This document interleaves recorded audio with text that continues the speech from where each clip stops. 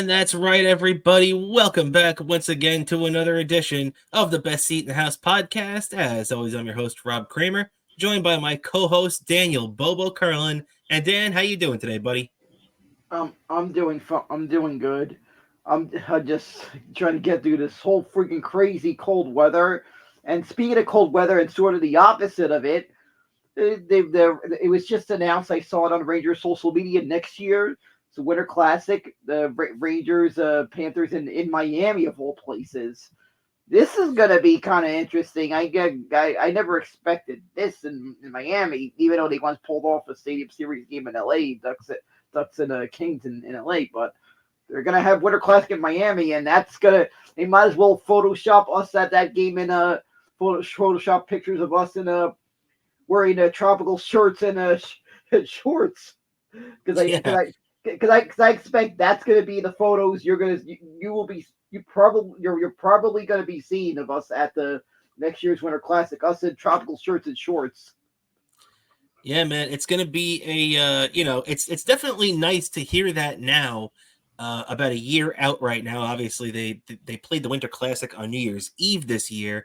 Not sure if they're going to play it on New Year's Eve and New Year's Day next year. What they have in mind, but I heard January 2nd, similar to oh, the so second. yeah, second. Similar, the only time I remember the Winter Classic being done January 2nd, I remember that game against the one of the Rangers Flyers in Philly. That one was on the second. I wish they would just do it on New Year's Day, but whatever. Yeah, It's going to yeah, be, yeah, at least it's got us with the warm weather in mind here as we're sitting here in New York right now at about 19 degrees. yeah, true. But also, I guess maybe also the sport of football freaking has a monopoly on everything these days.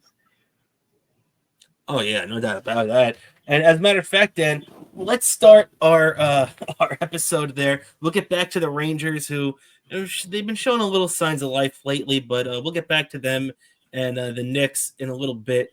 But I did want to just start things off here by talking about our football teams. Um, let's start off with your Giants, Dan, because I thought there were some interesting things coming out of this past week from the Giants. As we all know, the Giants lost their season finale in Philadelphia to close out the year, 20-13. Um, Giants, you could tell the team was playing hard still.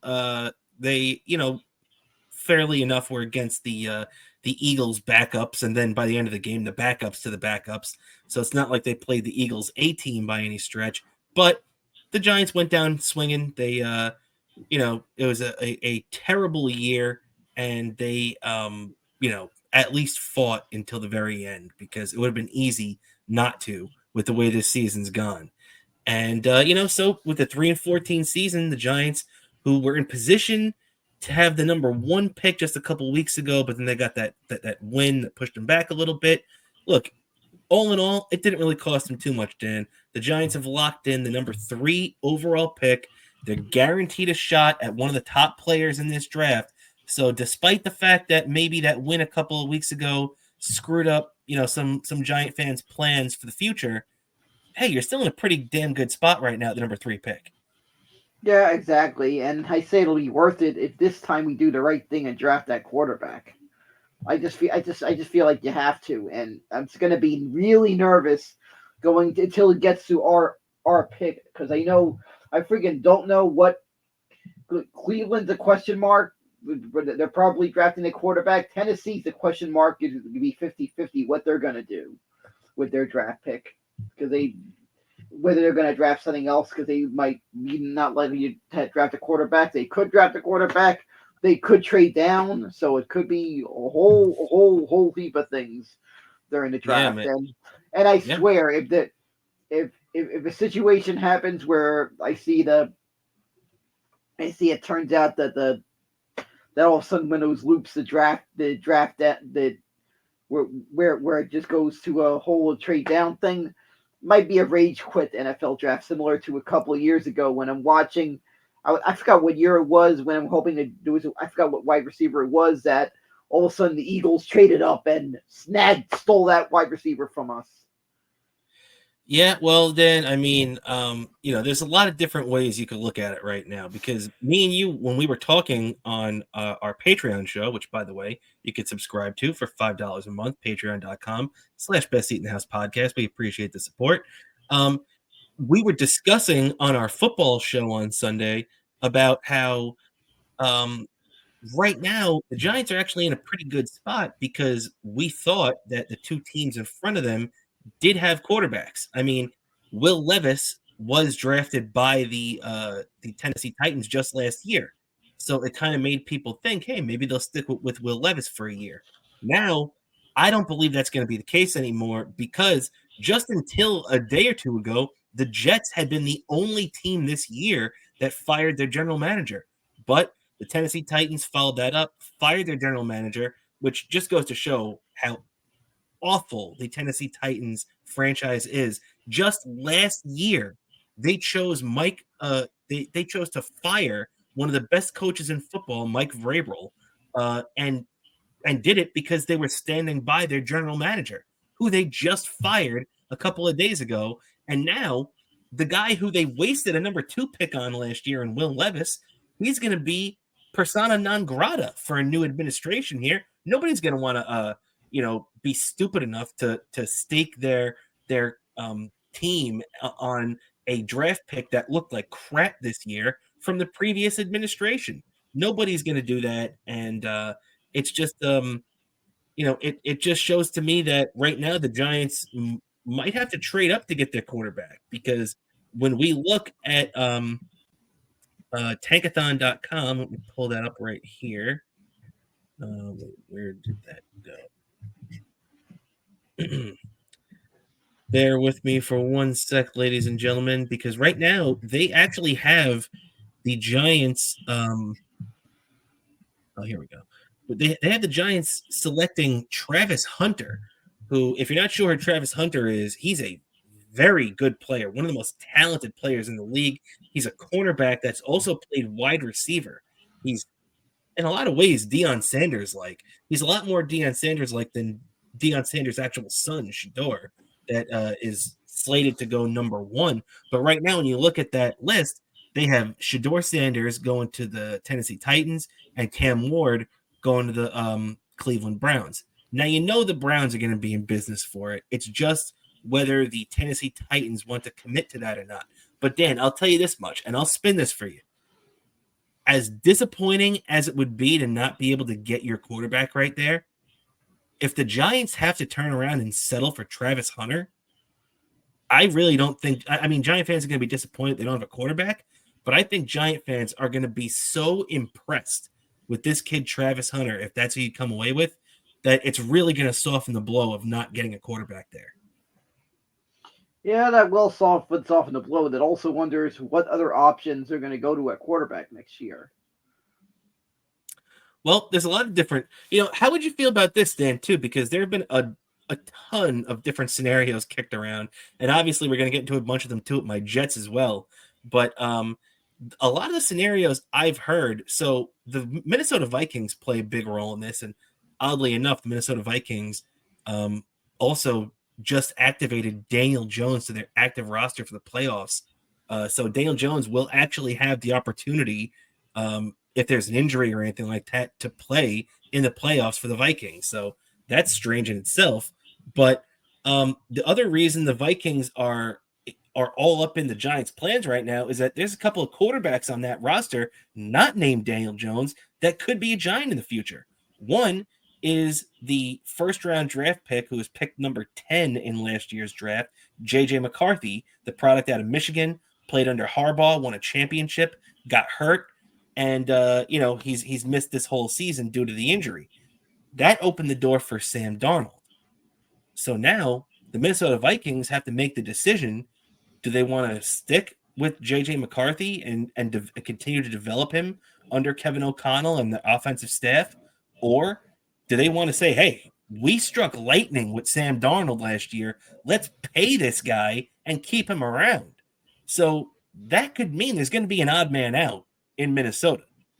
So, Dan, if you have your choice, if you're the general manager of the New York Giants, which, by the way, we're going to get into that mess in a second, who's your choice? Do you, if you're going to Minnesota, would you be happy with coming away with a young quarterback like JJ McCarthy or potentially even Sam Darnold? Yeah, I feel like JJ McCarthy feels like a realistic answer for the Giants, who they're going to go after. It's a possibility, right? And I mean, he's coming from a good school in Michigan, a really good head coach and everything in Minnesota. He had a great year, 14-2 season, whatever they had, 14-3 season. So, you get a guy from a winning culture, even though he's a young quarterback and he really had nothing to do with this, with it this year being injured. I think that would be a really good way to turn if the Giants didn't do it. And like we said, even if it's not JJ McCarthy, maybe the Giants just bite the bullet. I mean, they just paid Daniel Jones $40 million a year. Would you be willing to pay basically the same amount for Sam Darnold? Because I think that would be worth it. That would be another interesting one, seeing Sam Darnold have a big comeback. And maybe and he he's has a free agent too. He's a free agent, Dan. So all you got to do is give him money. You don't got to give up any players or picks for him. And he has that New York experience, so that could also add another dimension to the whole thing. Yeah, no doubt about it. No doubt about it. The other interesting fact of that too is that the other way I could see it happening is, let's say that Mike Kafka, the Giants' offensive coordinator, actually received a head coach job interview this week, which was odd in itself. I never expected to hear Mike Kafka's name come up, but how interesting would it be if the Giants lost Kafka to, some other team taking him, maybe giving him a better job, and then the Giants could turn around, hire Josh McCown, who's the quarterback's coach for Minnesota, and then that would make the Giants even a more attractive place to either Darnold or JJ McCarthy, Yeah, that could be another thing that I could see realistically happening. Yeah. Now, unfortunately, too, the other thing we're going to talk about right now that realistically happened for the Giants is that their owner, after that 2013 loss to Philly, decided to stick with both the head coach Brian Daboll and GM Joe Schoen. Now, the numbers just don't back this up at all. I don't understand what he's thinking here. I think both of these guys had to go, and I'm actually more bullish on Brian Daboll. I think Brian Daboll is the better of these two guys at his job. But guess what, Dan? Let me ask you a question right now. If you had to choose between keeping Brian Daboll or Joe Schoen, you can't keep both. If you had to keep one, who do you think is better at their job that you'd want to keep? Just feel like, Dan, your mic was out for a second. Can you repeat that? I would fire Joe Schoen. He just failed to really get those moves that needed to be approved on a team. He failed to get as a quarterback the last offseason. A stupid move with the Daniel Jones, all that money, letting Saquon Barkley go. As far as I see, he's already been on the Shizer list. Get rid of him. I'm 1,000% with you, and that's a great job bringing up the fact that he let Saquon Barkley walk too. That should be another big strike against Joe Schoen. But guess what, Dan? I think me and you are both right, but apparently the owner of the New York Giants does not agree with us, because John Mara came out. If you, I don't know, did you hear his press conference that he had the other day? I saw little clips of it, and I'm surprised he has this confidence in this guy. Like, I'm just scratching my head and hoping that I'm not going to need another case of another 24 pack of Stella next year. Oh, it was crazy to me, man. He was raving over Joe Schoen, and he was raving over Joe Schoen's draft from last year. What the heck? I was like, what the fuck is he smoking? I was looking at this thing and I'm saying, what the fuck is he smoking? There was maybe a lot of MST3K comments there about what I was looking at, because I can't see that. All right, it's already bad enough that I'm hearing this news, plus the news of who our opponents are for next year. that I gotta deal with seeing Taylor Swift's face next year potentially because one of the Giants' opponents next year is the Chiefs, which annoys me enough. Secretly hoping Travis Kelce retires so I don't have to be subject to that. If not, I'll be listening to the radio feed for that game just so I don't have to see her face. Well, Dan, the thing I don't understand is what could John Mara be so impressed with from the Giants draft this year? I mean, I'm not saying the Giants didn't have a good draft because I think they got a couple of decent players, but let's be honest. You select Malik Neighbors, number 6, that's a gimme. That's like when Joe Douglas selected, Sauce Gardner, number 4. Like, as much as you give the guy credit for it, I'm not going to sit here and rave about it. It's a top 10 pick. You can't screw up a top 10 pick. You can, but it really the only way that you can really knock a guy is if he goes outside of what the perceived top 10 is going to be. Everybody on every board had Malik Neighbors as a top 5 player, and he gets number 6 the Giants. So I don't give him that much credit for that pick. I do like the running back, Tracy Jr. I'll say that. But I mean, what other big standouts in the Giants draft from 2024 were really that great, Yeah, exactly. I'm watching that. There wasn't really enough he did during that draft. I mean, and I feel like I had to deal with the outcome of that draft twice because remember this off season they had the Hard Knocks off season, so I just want to throw stuff at the TV, having to see behind the scenes of moments that made me boo Joe Shane. Especially when they showed behind the scenes of the entire process, failed negotiations with Saquon Barkley. That whole him thing. Swinging and missing on Barkley is a big one. You're dead on about that. You're 100% right about that. But then let me give you these names too, real quick. I just want to read off the Giants draft class from last year that John Mara is so impressed with. Right? So Malik Neighbors, obviously home run, number 6 overall pick. The second pick, number 47, Tyler Nubin, the safety out of Minnesota. I mean, guy's an okay player, but I didn't watch the Giants as much as you did this year. Do you like Tyler Nubin that much? Did he stand out to you that much? No. Tyler Nubin. Okay, so that's a no. How about the cornerback they picked in the 3rd round, Andrew Phillips? No, I've never even heard that name before. I knew really Tyler Nubin. I've never even heard of Andrew Phillips. Didn't really do much. Yeah. And okay, the tight end that they picked in the 4th round, Theo Johnson, was okay. I mean, he's a good blocker. Not bad. I don't think he's going to end up being the next Travis Kelce or anything, but he's okay. He's passable. And then they got a really good pick in Tyrone Tracy out of Purdue in the 5th round. They got a 6th round linebacker named Darius Musau. I've never even heard of at UCLA. But, I mean, realistically, out of 6 picks, maybe 3 of them are good. I can't believe John Mara was waxing poetic about this draft class. Yeah, it just shocked me. What? That's almost as bad as somebody just deciding to award an Oscar to Manos: The Hands of Fate. Unless it's the MST3K covering it, then that deserves an Oscar. Yeah, definitely. That episode itself deserves an Oscar. They should have released that episode in the theater just to make it Oscar eligible. Because from what I gather, I don't know if the rules have changed these days with things at Netflix, but from what I gather, the movies have to have a theatrical release, a theatrical exclusivity theatrical release for whatever amount of time in order to to be the first time to be released in the theater to get an Oscar nomination, from what I heard. I don't know how. Well, to be honest, let's be honest, Dan. It's not 1992. Nobody gives a shit about the Oscars anymore. So, yeah. I just thought it was funny to say that comparison. Yeah, no, that's definitely true. You're right. But let's see, just a couple of last things on the Giants before we move on here. Apparently, the thing that I was reading from the great Pat Leonard, who covers the New York Giants for the Daily News, he was saying there's a mixed reaction in the Giants locker room to news of the head coach and GM staying in place.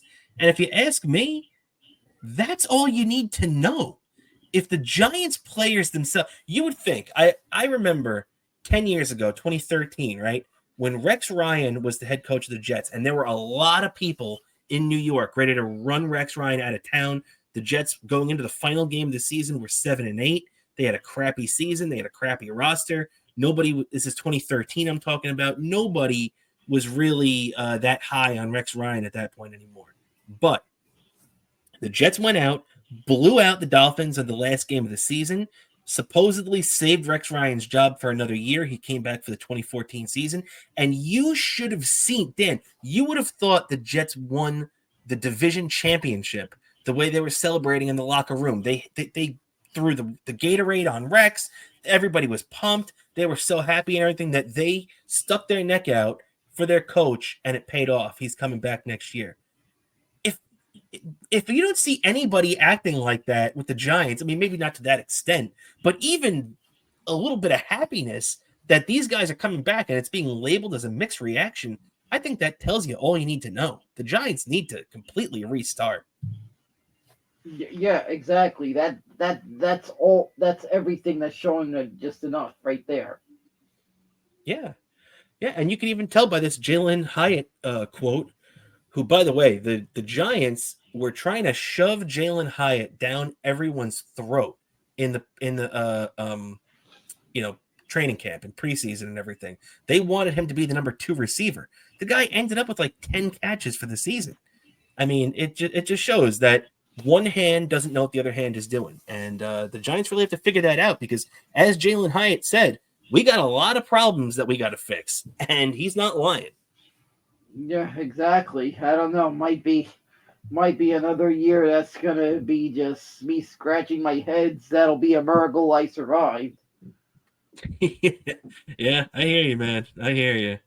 So on that note, too, let's just head right over to the Jets because it's been the same outlook for my team as we, on the other hand, are on a search for a head coach and general manager. But they wrapped up the season without them in nice fashion as the Jets beat the Dolphins 32-20, a nice feel-good win to end the year. It didn't really hurt the Jets from a draft position. I think they really only would have gone up another space or two if they had lost that game. So being 5-12, worst record they've had in a couple of years, at least since 2020. In 2021 they were 4-13. So yeah, it's the worst record since 2021. But there were some nice moments in the game as Aaron Rodgers threw his 500th career touchdown pass, which was awesome. Passing it to Tyler Conklin. And, the Jets went out there and just played a really solid game. Rodgers threw 4 touchdowns for the Jets, which, by the way, Rodgers has now officially locked in the third greatest quarterback season of any quarterback in Jets history. 28 touchdowns, 39, just under 3,900 yards, like 2 or 3 yards. Like it's like 38.97, whatever he had. So he just missed 3,900 yards, 28 touchdowns and 11 interceptions. Touchdowns wise, he's only behind Fitzpatrick and Testaverde, who Fitzpatrick had 31, Testaverde had 29. And yards wise, he's only behind for a single season Namath, who's the only Jet to ever hit 4,000 yards, and Ryan Fitzpatrick, who had 39.05 way back in 2015. So Rodgers was right there. You could say, I want him back next year. I don't care what any of these other, Jet haters or Aaron Rodgers haters have to say about it. I'm all in on Rodgers coming back next year. And as a matter of fact, my litmus test for a coach is if you don't want Aaron Rodgers back, you're probably not the right guy for the job. I don't know if that's how the Jets feel. I'm sure it probably isn't, but that's how I would feel. But like I said, Jets locked in, the number 7 overall pick. And, if you had to make a guess right now, Dan, what do you think? Do you think Rodgers is back with the Jets next year or not? Or do you think he retires? I believe Rodgers is back with the Jets next year. I also could see the Jets somewhere in the draft drafting a quarterback to be like probably the understudy. That's exactly what I want. I want them to draft a guy. Obviously it's not going to be in the first round. Unless maybe they trade back in late or something like that, and they get a pick in the 20s and pick a guy or whatever. Quinn Ewers or somebody like that. But I'm telling you right now, I definitely want Rodgers back, and I definitely want them to pick a a quarterback somewhere in the draft that Rodgers can mentor next year. No doubt about that. And by the way, too, I heard this story earlier today, and it really just highlights what a guy Aaron Rodgers is and how poorly the media treats him for reasons that probably are related to his vaccination status. Aaron Rodgers is portrayed by the media as this guy who's a me guy. He doesn't care about his teammates. He's a cancer. Everybody hates him on his team. It's a 52-1 type guy on a 53-man roster. So Jermaine Johnson, the second-year defensive end for the Jets, who tore his ACL in one of the first games of the season, it was in the first 2 or 3 games he got hurt and he's out for the year. One of the bright spots on the Jets last year, out all year this year for the most part. So he's talking about how right after he suffered his injury on a podcast, he was talking on a podcast about how right after he suffered his injury that he was looking for a way to get out to the West Coast, and he needed to get a plane. He wanted to rent a jet, and he said, "Hey, I know Aaron has a jet. I'll pay him for it. Let me see if I can." Get him to set it up for me and I could take this ride out there when I have to get checked out by my doctors on the West Coast. So, Rodgers acquiesced and gave it to him and said, yeah, no problem. Have at it, man. He set him up. And then Rodgers never sent him any bill for it or anything or any money requests or anything along those lines. And Jermaine Johnson said, no, man, I got money. I got my NFL draft money. I get my check. I want to pay you for it. I don't want this free. And Aaron was just like, no, man, you take care of your family. So now you're hurt. Now it's our time to take care of you. And Aaron Rodgers did not take any money and flew his teammate out there free of charge. And that just goes to show what a good guy Aaron Rodgers is, because that's not cheap either. To do that back at there and back, that's about $30,000 to $40,000. So the fact that Aaron Rodgers took that hit, I think that just goes to show what a good guy and what a good teammate he is. Yep, that definitely shows it right there, especially with how pricey a private jet is. So believe me, I have some insight into that business because I have a cousin who works for a private jet company, one of those charter jet companies. So he's definitely going to be inside to how pricey those things are. Yeah, no doubt about it, man. No doubt about it. Those things aren't cheap. And so I just thought that was a good look for Rodgers. That's that's what you want to hear. And just real quick on the Jets too, because as we know, there really isn't much going on now. The season's over. There's a lot of questions with Rodgers. The Jets, however, now they're in the process of interviewing their new head coach and GM candidates. We found out the other day that they've already interviewed a ton of guys like Louis Riddick from ESPN for their job, for the general manager job. They talked to Ron Rivera, Rex Ryan, among others, for the head coach job. There's a lot of names out there right now. There's a lot of different possibilities, a lot of different ways the Jets could go right now, and still a lot of guys coming in. I think tomorrow, former Jet and current Lions defensive coordinator Aaron Glenn. And, Dan, I want to get your opinion on this because this is a really annoying situation to me as a Jets fan. So what they did was they fired Gerard Mayo, which, by the way, I don't necessarily think the Patriots' former coach Gerard Mayo was that great. But what did you expect him to do this year? You know what I mean? Like, what did they gave the guy one of the worst Patriots rosters we've seen in probably 30 years. And then you give him a rookie quarterback that you didn't start until about halfway through the season. And then not to mention they fired him after he won the season finale. So so the reason why I'm highlighting that is because they did Gerard Mayo dirty. The rule where you have to hire minority candidates. They brought these two guys in for interviews where they had no chance to get the job.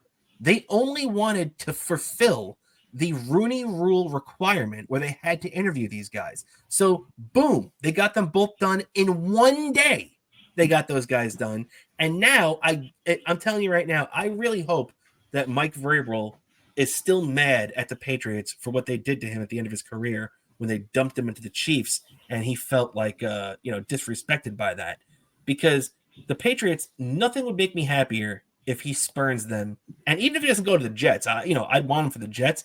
But even if he goes to the Raiders, I'd be happier because this guy, Kraft, is such garbage. The way he manipulated that rule, and just shamelessly too, and you don't see any of these other guys calling them out, and that's the only reason for it. They wanted to be able to hire him immediately, and they brought in two guys with no shot on Monday just to fulfill that requirement. Dan, what do you think about that? Yeah, it's just a complete joke. Of course, Belichick would do this, try to manipulate the rules in his favor. He's done that all the time. What do you mean, Kraft?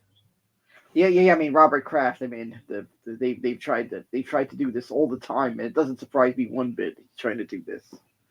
Yeah, it's just such a joke. And yeah, exactly. It's just complete hypocrisy. And then, regardless of who you're a fan of, it is questioning why they let Robert Kraft get away with freaking everything.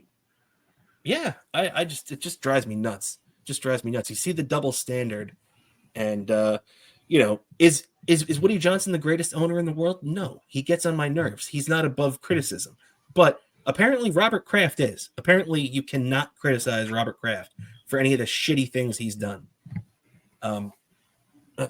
Speaking of shitty, let's talk about the New York Rangers right now. As they have been showing signs of life lately, I'll give them that. But yesterday was the biggest tease ever. Oh my God! That one. Well, let me set it up. I don't know how my team survived it. They go out and They go out and look like the New York Rangers team that won the President's Trophy last year. They go out, go up 3-0 immediately. 10 minutes into the game, they're up 3-0. By the time the first period ended, it's 3-2. You couldn't even sit back and enjoy it. And then second period, 3-3. Then the Rangers jump up 4-3 with the last 5 minutes in the third period. And you're thinking to yourself, holy crap, this is just like last year. Maybe this team's starting to put it together again. And then bang, a late goal ties it, and bang, an overtime goal wins it. It's just, it's a sign of life, but it's still extremely frustrating what's going on with this Rangers team. Yeah, it is. Like, these guys can't freaking get two back-to-back wins. What the fuck? This game just had me almost wanting to throw shit at the TV. Yeah, well, how could it not? I mean, especially with the way this thing went, man. I mean, the beginning of that game was exactly, you see Lafreniere score 2 goals, and that's one guy that hasn't been getting enough criticism. I like Lafreniere a lot, but this is a guy that signed a big-time extension for over $7 million a year earlier this season, and he has done nothing since then. Coming into last night, he had 9 goals. We're halfway through the season. He's on pace for, 18 goals? Give me a break. At the money he's getting paid, he better be going up around 30 goals. Not even hitting 20 is unacceptable. But he did go out and score 2 goals last night, so maybe he's starting to round into form a little bit, as maybe the Rangers are coming back to life somewhat. But, the thing that always kills the Rangers, it's the thing that killed them on the 4th goal that tied it and the 5th goal that won it. Bad turnovers in the defensive zone continue to cost the Rangers over and over and over again. And I got to say, I like this guy a lot too. But Keandre Miller is having a terrible season.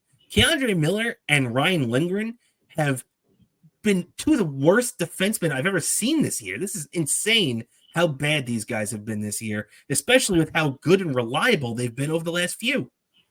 Yeah, this one shocks me. I mean, it's gotten to the point that Keandre Miller has ended up on the Shizer list. Yeah, I mean, hey, you turn the ball over as much as you turn the puck over as much as that guy does, you're going to end up on the Shizer list. It's not surprising. This is something where this is a guy who really ingratiated himself to Ranger fans over the last couple of years. Ranger fans have really, supported and loved both of those guys, Lindgren and Keandre Miller, and they're both just really on a downward trend. It's very disappointing to see. And, speaking of disappointing too, Dan, the injuries just continue to pile up for the Rangers as well. As last week we were talking about Igor Shesterkin going to IR. Now Chris Kreider is on the IR. And, man, with the leadership this guy provides, his ability to his net front presence in front of there, his presence on the power play. Chris Kreider not being there is a big problem for the New York Rangers. Yeah, just another blow that's just making me yell at the TV and just like when I just saw the news of that, I was like the character Lemon grabbing the original, like, unacceptable. Yeah, you're right. You're right, man. And unfortunately too, one of the guys that Ranger fans have really become a fan of over the last year, Matt Rempe, he's back down in the AHL now too, but unfortunately, the only person he's got to blame for that is himself, as he laid that big hit a couple of weeks ago that cost him, I forget what it was, a 7 or 8 game suspension. I believe he finally got done serving that, so now the Rangers officially can send him back to the AHL, where he'll be for at least the foreseeable future, maybe till the next injury that pops up or the trade deadline. So it'll be interesting to see how Rempe does down there. It'll be good for his development too. Instead of playing 5 to 7 minutes a night here, he'll be playing 18 minutes a night down there. So that'll be good. But, Dan, what do you think? I was reading an article where they were talking to Rempe earlier today, and he was saying that he understands that was a bad hit and that there can't be too many of them. More people are already on the lookout for him. So his punishments are only going to get worse as a repeat offender. So, what do you think about, Matt Rempe's timetable for getting back up here? I think eventually he could get back up here, and I feel like he needs to cut down on being in the penalty box. He definitely has to cut down on being in the penalty box. You're 100% right about that, because, as much as the physical part of Matt Rempe's game is a big part of it, you've got to start doing the other little things too. So he's going to have to work on that and figure out a way to perfect his game by the time he gets back to the NHL this year. So, I guess we'll see what happens now. The Rangers' next game to see where this wacky season continues to go is, because let's look at this too, by the way, Dan. The Rangers started off 12-4-1. They went on a 5-15 spat after that. I think they're like 2-3 since then. So it just hasn't, it's been a very, very weird season for the Rangers this year. And the next turn it's going to take is it's going to be a big test, because, the top 2 teams in the division right now are the Devils and the Capitals. And the Rangers played hard against the Capitals last week, but eventually got smacked in a 7-4 loss. Now they're playing the Devils, who once again looked like the Devils from maybe 2 years ago, where everything started to break right for them. And that's going to be a big test for the Rangers at the Garden tomorrow night. And they better be up to it. Yeah, I feel like the Rangers have a good chance of winning this, especially if they stay out of the penalty box. Well, that's true too. The thing that concerns me though, Dan, is that with Igor not being around for the Rangers right now, he's still hurt. And they've been playing quick a lot. They had Louis Domingue start the other day when they actually won.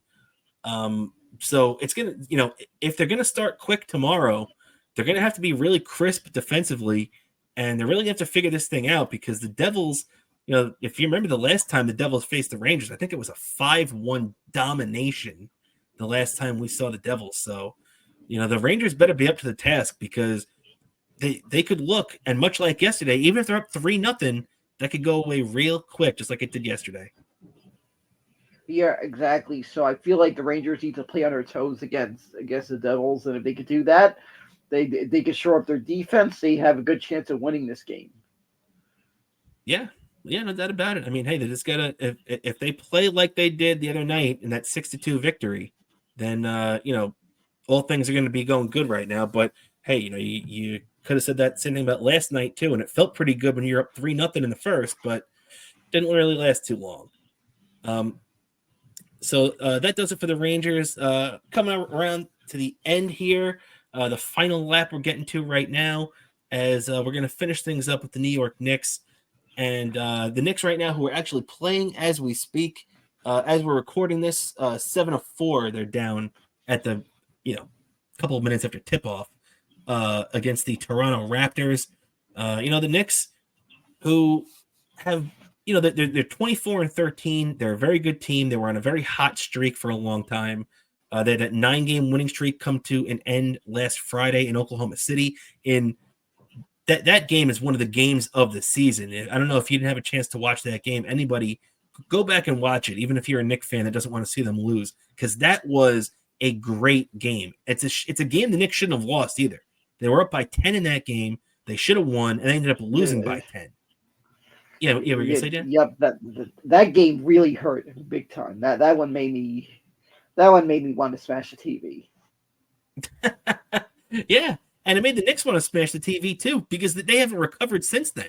Then they go out on Saturday and lose in Chicago in just ugly fashion, even though Karl Anthony Towns looked really good. And then, what were you gonna say? Yeah, and then it's worse. You've got Brunson banged up also. Yeah, and Karl Anthony Towns, that they came back to the Garden on Monday and lost to the Orlando Magic, who the Knicks usually handle the Magic pretty well, and they admittedly didn't have Karl Anthony Towns. He was banged up. He missed the last game in Orlando. He was questionable going into tonight, but he did play. He is in. Miles McBride was a game time decision tonight. I didn't see if he was active or not, but he's banged up too. Like you said, Brunson was banged up. So this team, we're really starting to see their lack of depth become an issue. And their third straight loss to the Magic really highlighted that too. But I mean, they're going to have to figure something out right now. They're going to have to make a trade, because it's still going to be at least 3, maybe even more weeks until Mitchell Robinson comes back. And the Knicks are going to need some more help with the guard spot. And they're going to, maybe a big power forward or something like that. They're going to have to figure something out and bring in another big body or two. And I'm not just saying like guys from the G League to fill roster space. They're going to have to bring in, one of the guys I heard mentioned too could be a guy like Jimmy Butler if things, if things don't go too well in Miami. I don't know how realistic that is, but I'm telling you right now, I would drive to Miami right now to bring Jimmy Butler back. Yeah, exactly. I would welcome that. That'd be a nice welcome sight, and we need to make a move like that. Yeah, I mean, is there any position or any player that you have in mind that you think that the Knicks really should focus on going into this right now? Because you could tell there's just not. They're missing like that DiVincenzo type from last year. Yeah, exactly. I just feel like maybe Jimmy Butler needs to be the move they need to make. Yeah, or a guy like that, like a decent, like a guard, and a veteran too, right? Yeah, exactly. Like a couple of depth signings they need to go after. Yeah, that's I'm with you on that. I would definitely, and like I don't want one of the, like a vet that's just a stiff that's still hanging around the league. I want to bring in a guy that can contribute, but is a vet and can just have that veteran presence out there. So Jimmy Butler definitely fills that role. So it's going to be interesting to see if the Heat decide to move on from him. As Butler does tend to wear his time out after a couple of years wherever he's been. So yeah, it's going to be interesting too. And the other thing too I found very interesting is that this recent losing streak, which let's be honest, it's only 3 games. We're only in January. Then they were going to hit a bump in the road eventually. So at least it came after a 9-game winning streak, so you can't really complain that much. But one thing I did like is that I saw there's this Knick fan page. I forget what the name of it is on Twitter. And they had their own YouTube show and everything too. And I saw that they commented on a game thread one time about how the Knicks really have to stop complaining to the referees. And I thought it was really interesting that Josh Hart actually acknowledged that he and the rest of the Knicks need to stop complaining to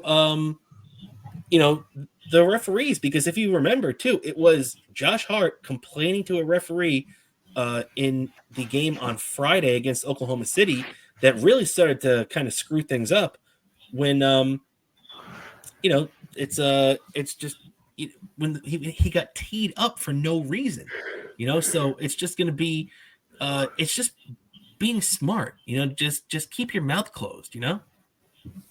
Yeah, exactly. The Knicks need to do that, and I expect them to go up. They need to, as long as they need to stop complaining to the referees and go out there and snap this losing streak before it gets too out of hand. Yeah, man. And I wanted to show everybody that too, because I thought it was really cool actually, because a lot of players aren't that honest. And this is what Josh Hart said. Um, let's see, I blew it up there a little bit. You see, Let's Talk Knicks talking about one thing I've noticed is that the players need to do a better job of controlling their feelings and stop arguing with the refs.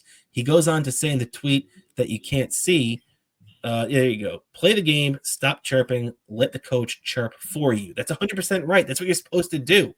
And Josh Hart, to his credit, responds, "This is a fact. I need to shut up. Will be better."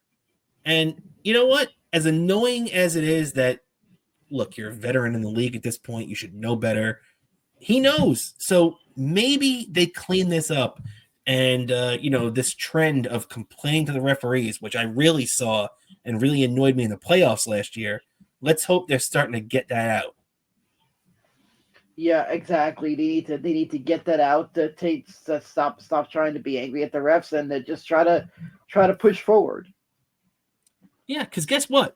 We all know the referees suck. Nobody's saying the referees don't suck. We understand they do. For the most part, they do. And they make bad calls all the time that screw you over, and you have every right to be upset about it. I'm not saying that I'm mad at Josh Hart for being upset with a bad call an official made. What I'm saying is that you have to be smart the way you criticize the ref. And as that tweet pointed out, let your coach do it for you. Let him be that barrier between you and the official. And, you can't be getting teed up in big games. You can't be getting, these other really talented teams and giving them free points, free shots at the free throw line. You can't do it. It's just, you're not going to win that way. You have to be smart. And hopefully the Knicks are starting to learn that. Yeah, exactly. Hopefully they learn that. They got to move on. Get over it. Yeah, get over it. You're right. You're right, man. It's like what's that? Opie and Anthony. Remember they used to have that song, Opie and Anthony. Get over it. But Yeah, you're yeah, crying, yeah, yeah. pitching a fit. Yep, exactly. Yeah. So get over it. Well said, Dan. And with that, I think me and you are over it right now because that's just about done for this episode of Best Seat in the House podcast. I want to thank everybody as always for hanging out with us. But before we get out of here, Dan, do you have anything to plug for yourself? Sure, my Twitter Bobo103NYC, both Instagram and Threads Bobo718DK, also YouTube one word Daniel Curl. And remember, Patreon subscribers get early 2 weeks early in addition to the getting the show day in advance.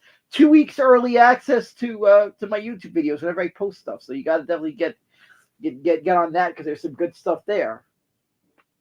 That's right. So make sure to check us out, as Dan just said, on patreon.com/Best Podcast. Only $5. We appreciate all the support. And we appreciate everybody hanging out with us today. As always, make sure this will be out on YouTube tomorrow. You can check that out. Don't forget to check us out on our social media pages. Obviously, Dan just gave his. You can check us out, the show, Best Seat in the House Podcast on Instagram and BSith_podcast on X. So as always, we want to thank you for your support. And for my co-host, Daniel Bobo Curlin, I'm Rob Kramer. This is the Best Seat in the House Podcast, everybody. Have a great week. And let's go Fighting Irish. Beat Penn State, baby. Let's go. Have a great week, everybody. We'll see you next week. That was a good